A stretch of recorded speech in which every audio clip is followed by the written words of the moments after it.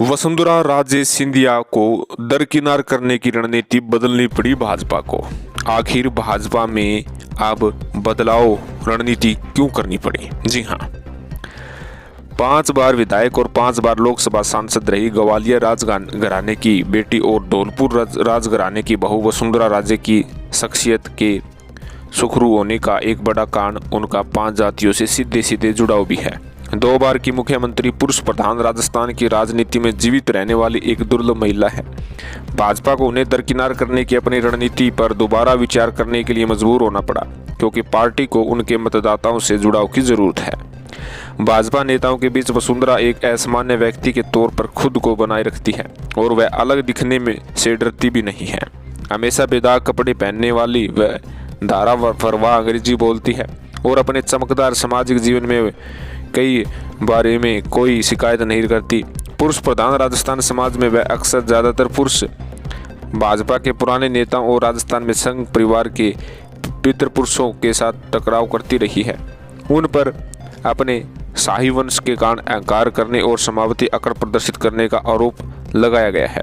संसद में महिला आरक्षण बिल पास होने के बाद प्रधानमंत्री नरेंद्र मोदी की जयपुर रैली का संचालन हो या भाजपा के दूसरे कार्यक्रम, पार्टी में दिया कुमारी को मिल रही तरहीज भी प्रयासों को और बल दे रही थी। लेकिन समय बीतने के साथ साथ भाजपा को यह बात समझ आ गई कि वसुंधरा के बिना उनका राजस्थान में भला नहीं हो सकता, जिसका उदाहरण भाजपा उम्मीदवारों की दूसरी सूची में देखने को मिला है।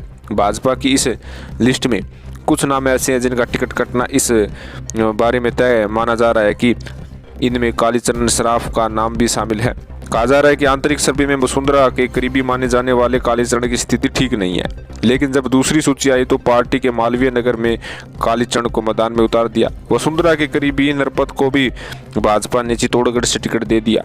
इस लिस्ट में बस कालीचरण और नरपत ही नहीं बल्कि वसुंधरा गुट के कई और नेताओं के नाम भी शामिल हैं।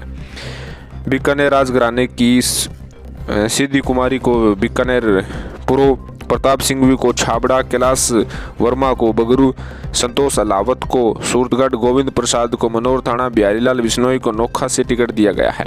भाजपा ने दारियावाद से कैलाश मीणा, नौर से अभिषेक मटोरिया, देवदर से जगसीराम कोहली और संगरिया से गुरदीप साहपीणी पर दाव लगाया है। ये सभी वसुंधरा गुट के हैं। अब दूसरी लिस्ट के बाद कहा जा रहा है कि राजस्थान में वसुंधरा ही भाजपा है। यह चर्चा इसलिए भी है क्योंकि वसुंधरा के विरोधी नेता राजेंद्र राठौड़ की सीट पार्टी ने बदल दी है। चूरू से विधायक राठौड़ को पार्टी ने इस बार तारानगर सीट से टिकट दिया है। राठौड़ को मुख्यमंत्री पद के लिए सबसे मजबूत दावेदार भी माना जाता है। अब देखा जा सकता है कि वसुंधरा को दरकिनार करने की जो रणनीति भाजपा ने शुरुआत में बनाई थी, अब उस पर बदलाव करते हुए वसुंधरा पर ही भरोसा दिखाते हुए भाजपा देखने को मिल रही है। तो आपका इस विषय में क्या कहना है? राजस्थान में अब की बार किसकी बनेगी सरकार? कौन बनेगा मुख्यमंत्री?